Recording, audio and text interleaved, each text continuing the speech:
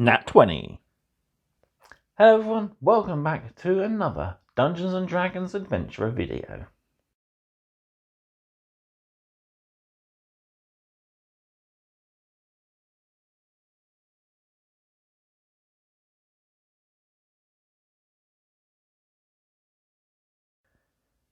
So we're back with another Dungeons and Dragons adventure video, and this time we're going to be taking a look at issue 15, which comes with a brand new set of dice.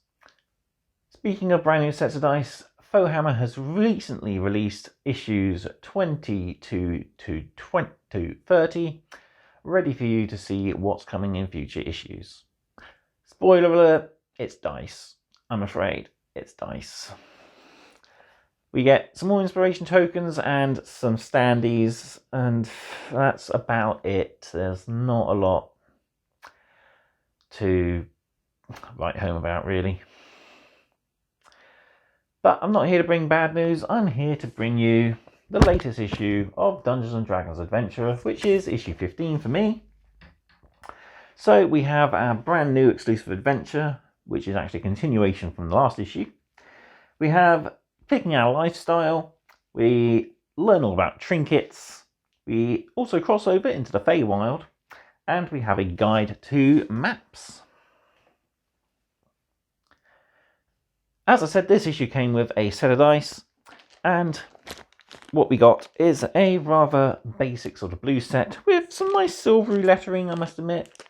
But otherwise, yeah, more dice to add to our collection. I really hope we get some way of storing these, because they're starting to pile up, or as well as piling dice can work out. Right, before we jump over the table, all I've got to do is say a big thank you to all my supporters, whether you're on Patreon or whether you are indeed here on YouTube. Your support means a lot to me, as it helps me to create more content for you. By now, February's painting video should be up, so hopefully any of you who follow along with the series, like Warhammer as well, hope you've enjoyed that. Finally then, don't forget to do, of course, all the usual. There's a subscribe and like button down below. There's also the comment section. I'd like to hear what you're thinking of the collection up to date, up to issue 30. And yeah, let me know how you're getting on with your Dungeons and Dragons adventuring collection. Finally then, don't forget to check all the links in the video description down below, including, as I mentioned, my Patreon page. Right, let's jump over to the table and we'll take a look at issue 15.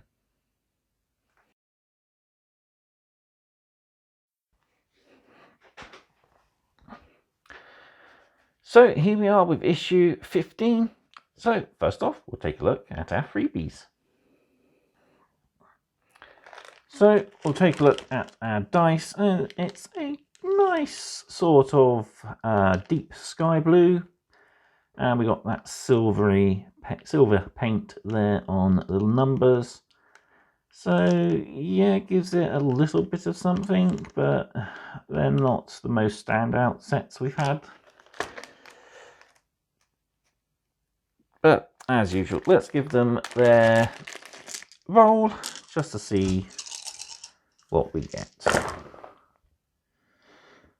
Oh, okay, we've got 00, 3, 1, 6, 1, 4, and 15 on the D20 there. Not a terrible roll, but not the best either. Let's give them their second roll and hope we can get a little better. Not overly better. Well, 9 and 20 on the D10s, 16, so 1 better on the D20. We got a 3 on the D8, D6, and D12, but a 4 on the D4. So, yeah, another set of dice to add to our collection. Right, let's take a look then at the contents of the magazine, which is quite a treasure trove of information this time around.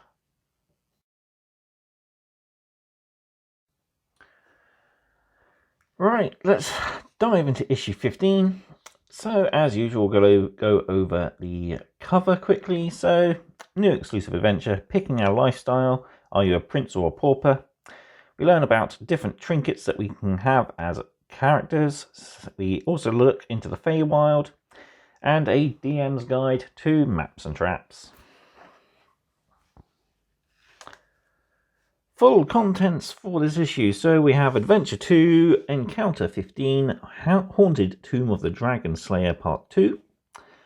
So Sage Advice, we have 4 pages for the DM. So we have challenge ratings for multiple monsters, traps Part 1, making maps Part 1, and how to make decisions using your dice. Then character creation, we have 3 pages for the overview section. This is Lifestyles and Trinkets Part 1 and Part 2. Finally then, for our lore, we look at the Feywild, a mystical alternative reality to the one we know in the Forgotten Realms. Finally then, we have what comes in the issue. So we get a set of dazzling blue dice, add them to the collection or give them to one of our players to use. We have our QR code for D&D Beyond, and of course a reminder there about binders for those of you who are collecting binders. I have just actually picked up free binders in a accidental glitch on the Hachette website. I picked up an issue 1 and free binders, and yeah, that's going to give me enough to complete hopefully the collection, providing of course I continue to collect after issue 30, because I'm hoping we get something a little different after issue 30, because yeah, dice over and over again is getting a bit repetitive. But moving on, let's take a look at challenge ratings for multiple monsters. A monster's challenge rating is a number that helps the DM understand how hard it will be for their characters to defeat them in combat. So we've already started to explore how to use challenge rating or CR ratings in games last issue. Yeah, sometimes it's not possible to create a even encounter. Sometimes you might need to either balance things on your side or even balance things for your players. So how to choose your foe, we have a table here. So we got our character level and the challenge rating that the creatures will be classed under. So we got an example here. So the first number in each expression is the number of characters of a given level. The second number is how many monsters of a challenge rating we can include. So if we look here at first level, we got 1 character is worth 2 of every challenge rating 1/8 creature. If we have 3 first level characters, they are equal to 1/2 challenge rating. 5 level 1 characters to 1 challenge rating 1 creature. And then of course we go up in different numbers as we go up in levels. So for another example then, we got the giant rat, who is a challenge rating 1/8. Table tells us that a single first level character can take on 2 giant rats at the same time. 5th level characters can take on a whopping 12. But yeah, nice handy chart and plenty of examples on how to equal up to your players. So it even says here that when thinking up a group encounter, you want to make sure that all the numbers on the left-hand side equal up to the number of players in the party. So in the example above, we have a shadow who is challenge rating 3 and 2 challenge rating 1 creatures in the form of a skeleton and a zombie. This equals 5, 3 plus 1 plus 1. That totals the number of players in the party, which in this case is 5. So yeah, hopefully we'll get more pages to expand our knowledge on this. But otherwise, this is a really fun, helpful little article if you are planning your own encounters. Speaking of planning your own encounters, not all dungeons are straightforward. Some of them include traps. Part 1 here looks at the basics on traps. Traps laid by cunning villains or the guardians of long-dead kings are the stuff of classic action-adventure movies. Learn all about these obstacles which can ensnare, hinder, or kill an unwitting party. So, yeah, beware places where treasure lies and lore is stored, as it may be, of course, guarded not only by creatures but by traps set by the owner.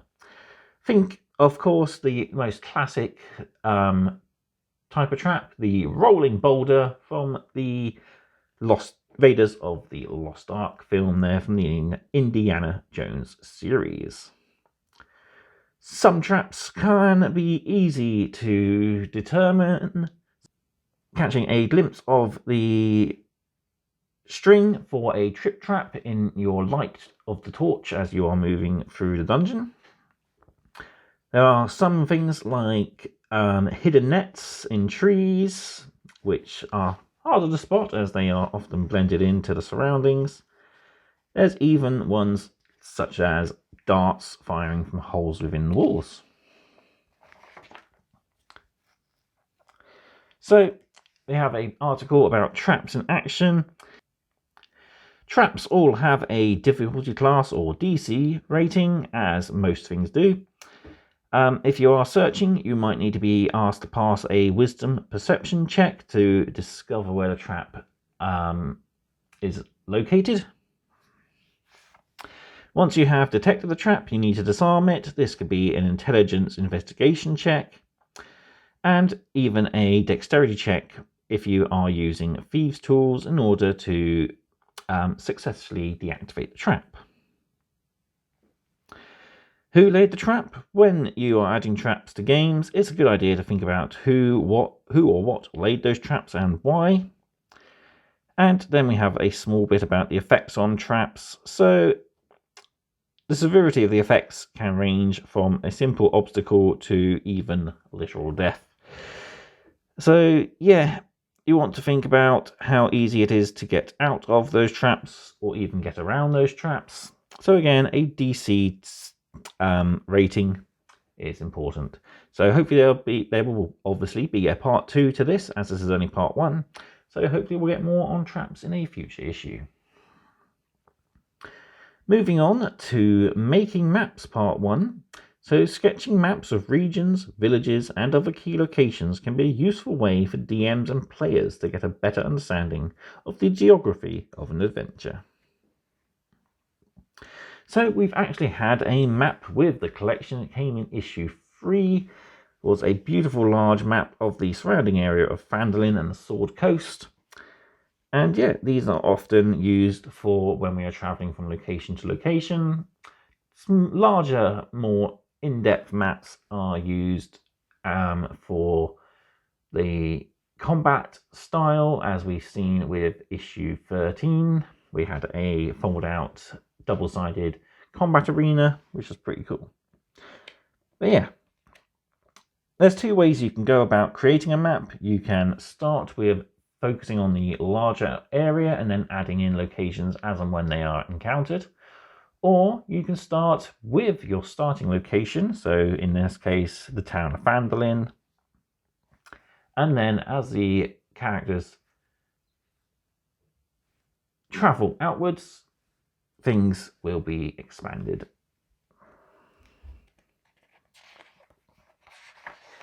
Yeah, these methods are referred to as top-down or bottom-up, respectively.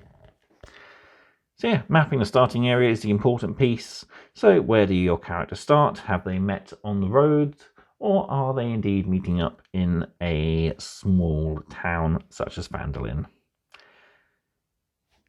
Once you start expanding, you can of course add more and more details, including rivers, roads, mountains, etc. So yeah, a couple of extra maps shown here. So we've got Neverwinter, Baldur's Gate, Waterdeep, and even a far-off island there as well. So there's a couple of top tips here on how to add extra detail to your maps as well, which is pretty cool. So the DM information continues with sage advice on dice decisions. The clatter of dice, a commonly heard noise around the gaming table, sometimes followed by cheers or a resounding "No!"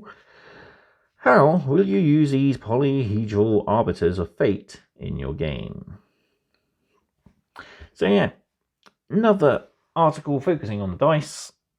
You will often use dice for making checks or even for attacks. So the best way to do is, for DMs, most of the rolls will often be done behind the screen. This is often for perhaps the number of enemies that appear in a sprung surprise ambush. It might even be whether the party has successfully activated a trap or disactivated or disarmed it. So yeah. It also goes over dice and the etiquette of dice. So you might want to, if you occasionally come up with a dice landing on a vertex or even stuck behind another item and not landing on a face-up value, you might want to either simply move the item and see if it lands on a value, or allow the player to re-roll that dice.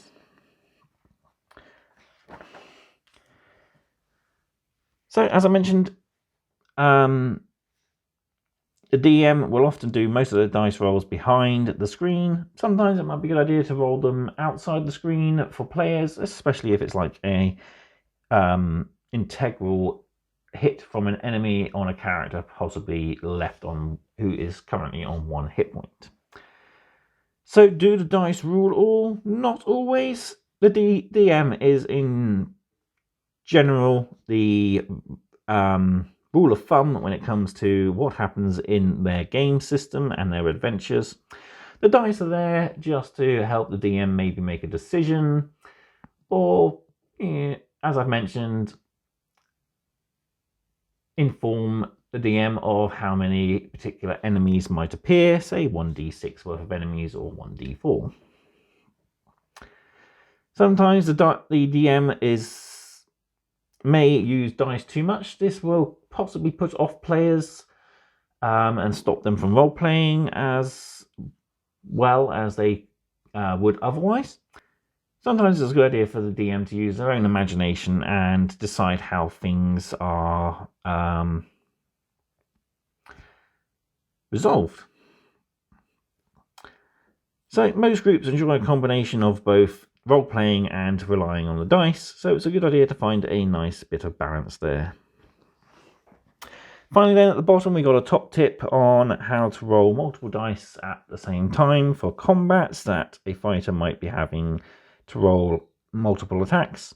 So you roll the 2 dice simultaneously, but one at a time, just so you don't accidentally mix up the dice.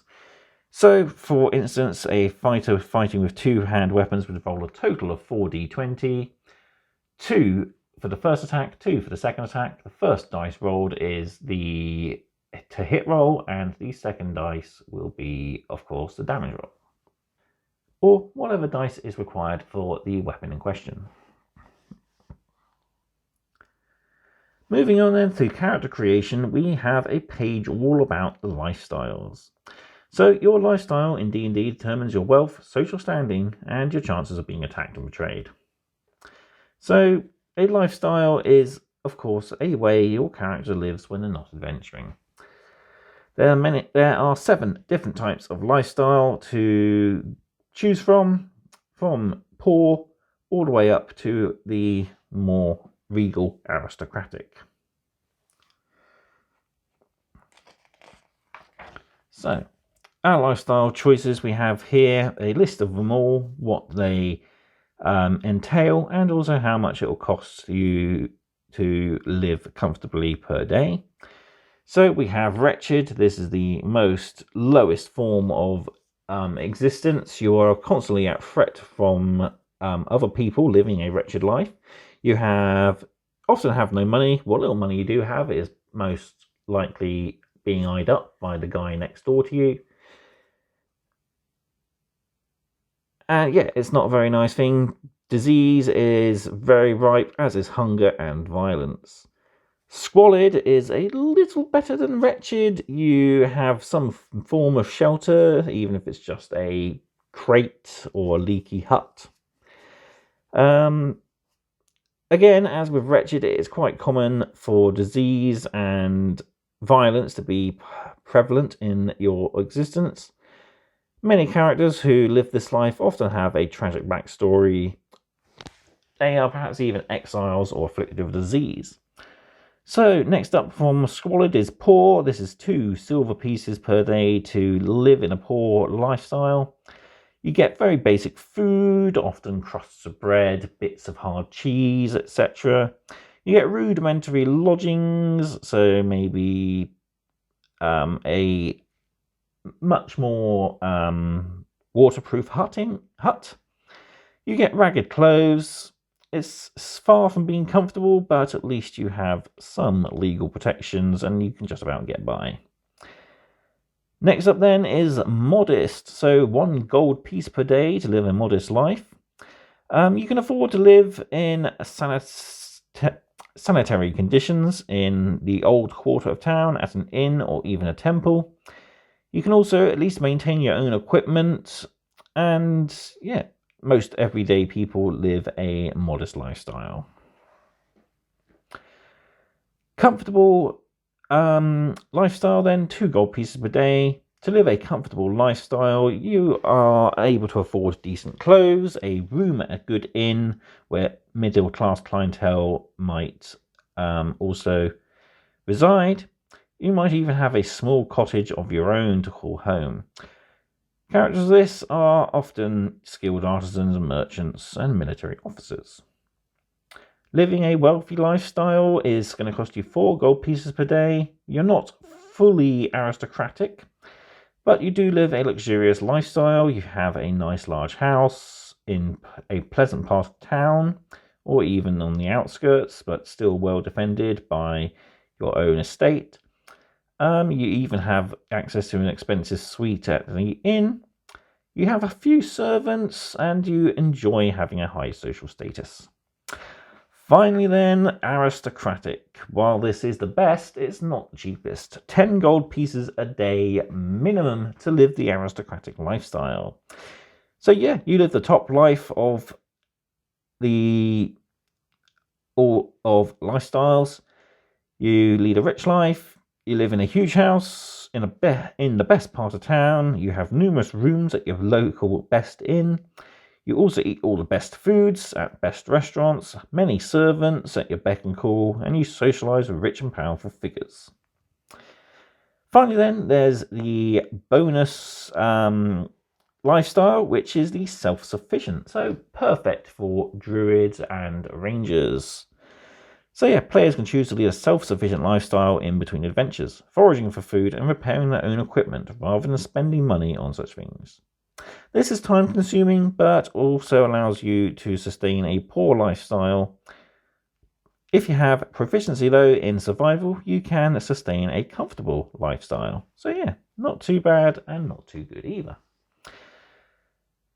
Finally then, the last thing to note is to multiply all of these values by 30 for a monthly period. So for instance, a squalid lifestyle will cost you 30 silver pieces a month, whereas the aristocratic lifestyle will cost you 300 gold pieces at least a month. Moving on then, we have parts 1 and 2 of Trinkets. So, your first level character sets off on their adventures, but what do they have in their pockets besides a few coins and a tinderbox? An old key perhaps, or a glass eye? What about a mummified goblin hand? These unusual items are all trinkets, and there are lots of ways to use them in game. So yeah, these are curios that you might be either randomly assigned or have indeed picked up during your adventures. They might even be remnants of your past life, such as an heirloom from a family member. They might even be a magic item that is you're unable to part with for some unknown reason. But yeah, there's a total of 100 trinkets in the player's handbook. There's also other trinkets available in different booklets as well. So how best to use a trinket in the story? Trinkets can help develop your backstory. Perhaps a knife that belonged to a relative gets them thinking about their family. Dungeon masters can even use trinkets as plot devices. And yeah, lastly then, you can think about why your character might even be carrying an urn with a dead hero's ashes inside. So yeah, nice ways to help add some much needed story arcs for characters and even campaigns. So as I mentioned, there's other different types of trinkets. So the Wild Beyond the Witchlight Advent campaign is set in the Feywild, and there is a separate set of tables there for Fey trinkets. So moving on to part 2 of trinkets then. The trinkets table is a handy way for players and DMs to acquire a strange, magical or interesting object that can enhance a game or flesh out your character. So there's 100 trinkets numbered 1 to 100. So what you simply do is you roll 2 d10s and we'll find out what trinket. So we got mine here, we've got our 10s and our units. So item 55, which is over the page. So my trinket is a tiny cage with no door. And let's have another one randomly. So 24. So back over the page. So we have a multicolored stone disc. So yeah, pretty cool way to add a little bit of extra whimsy to our characters. So yeah, you can use those in multiple ways. Like I said, use it for a hook point for a specific campaign, or even to help flesh out the backstory of your characters. Finally then, before our adventure, we have a bit of lore about the Feywild. Step into a world of perpetual twilight, of untamed nature and boundless magic. Prepare for mirth, mischief, and deadly danger around every corner in this remarkable realm. So the Feywild, or the Plane of the Fairy, exists parallel to our material world. It's an alternative dimension where most characters can call home. As such, it mirrors our world, but in a more phenomenal type of way. For instance, a copse of tree on a hill in a material plane might be a verdant grove of fruit trees on top of a sleeping tortoise in the Feywild. So we go over different denizens. We got various different creatures that we can encounter. They are silvery creatures, which include elves, pixies, sprites, satyrs, and centaurs, as well as magic creatures such as the fairy, dragons, treants, and unicorns. So, how do you get to the Feywild? There are various portals spread throughout the Forgotten Realms that are called Fey Crossings. These portals are often invisible unless, as we see here, enchanted into an item. Most often, people won't even know they've crossed over. As it says here, anyone witnessing a crossing would see the traveller vanish in the blink of an eye, as they have set through the portal into the Feywild. So yeah, sometimes portals can be lost. So if a noble wants to chop down the trees in a sacred grove on their land to expand his estate, the crossing that may have been within one of those trees is lost, sadly, and can never be accessed again. But of course, there is the chance you will incur the wrath of the Fey in doing so. Finally then, we have the Seelie and the Unseelie. So, if you are a denizen of the Feywild, you have 2 queens to pledge your fealty to. Queen Titania, who rules the Summer Court and leads the Seelie Fey, Or you have the Queen of Air and Darkness, ruler of the Gloaming Court, who leads the Unseelie. Their alliance or allegiance is optional, and many Fae do not defer to either of them. Their balance is a bit of a seesaw. They're normally not at war with each other. They are at odds, bicker, and have petty rivalries. Sealies often uphold traditions and protocols, while Unsealies will shun conformity and are ruled by base emotions and needs. But yeah, sometimes the two queens will go to war with each other, but this is very rare. So we finally have a box all about Feywild magic. If you return from the material plane from the Feywild, the DM may choose to play with time. Perhaps no time has passed at all, even though you spent what seems to be weeks within the plane of the fairy. Or perhaps even 100 years have passed and the world you once knew is very different. Yeah, something for the DMs there to think about. Finally then, for issue 15, we have Adventure 2, Encounter 15, Haunted Tomb of the Dragon Slayer, Part 2. So, this is our second part to our latest adventure, 3 to 4 hours, playing the 2-part encounter. Balance for level 2 characters. So, the story so far. Following a treasure map, the adventurers have travelled to the tomb of Lavelin Aldastin in Neverwinter Wood. Inside, they found the dead body of a cultist of Orcus and encountered the restless spirits of Lavelin's companions. They have just opened the door to the hero's crypt. So, yeah, we're continuing on. So, we have Lavelin's crypt as our first location here. There's many murals, the coffin, mithril chain mail, which can be found inside his tomb. There's the dragon skull, a chest to be found. Then we have Coravine's crypt next door. So if we look for treasure, the front of Coravine's coffin is inlaid with a round silver medallion worth 50 gold pieces. So we have a couple of events to deal with. So we meet the spirit of Lavelin. We learn that there's a warding song to be done to quell the Banshee, who is our second event. The Banshee returns. After we have either successfully or unsuccessfully created a parlay and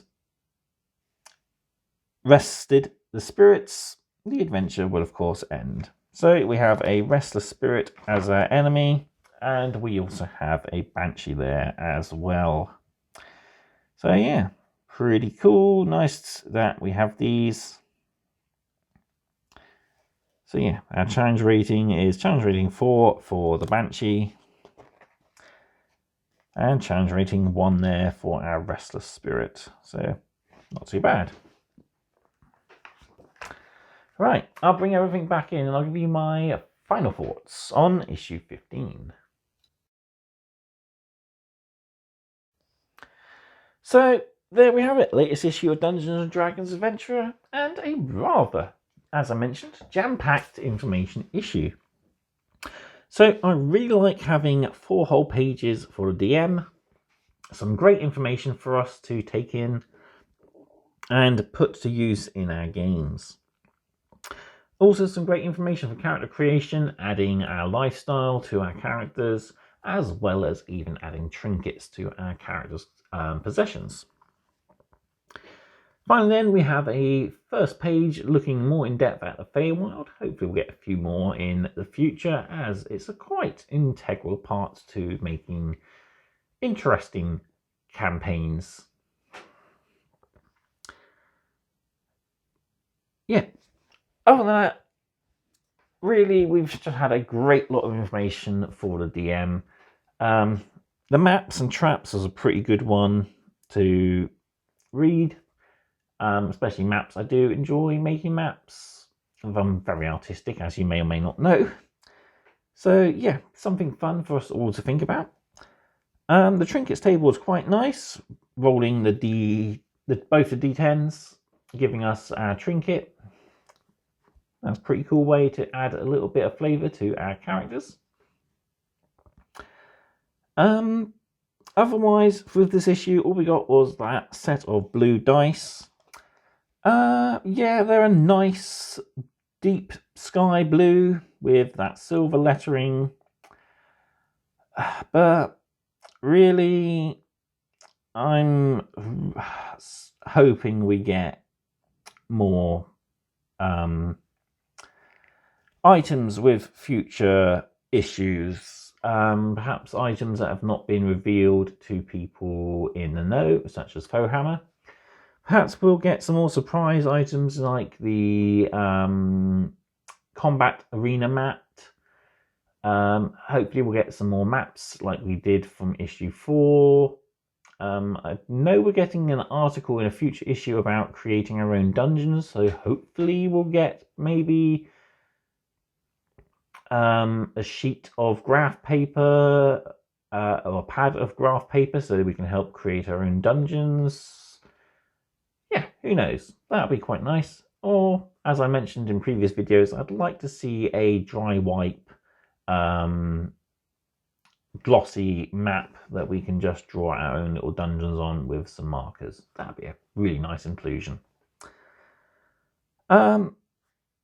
Overall, I'd probably give this a 4 out of 5. We've got really the information in the magazine is the only thing giving it anything in the ratings. Especially, I think the DM pages, as I mentioned, really do help give it a high rating. Otherwise, if there was not as much information, I'd probably have given it a 3.5 at best. But yeah, it's a solid 4 out of 5 for me. The dice, they are rather a basic set and really not my favourite shade of blue, I must admit. But yeah, it's another set of dice to add to our ever-growing collection. So, let me know what you thought of issue 15 in the comment section down below. Are you enjoying the DM pages much like myself? Or are you perhaps enjoying more the character creation and the lore side of things? How are you getting on with your adventures? Let me know in the comments down below. Have you indeed added trinkets to your character's background? And what sort of lifestyle do they lead? I'd like to hear it all in the comment section down below. Right, that's all for this video. So thank you all very much for watching. And until next time, keep rolling those crits.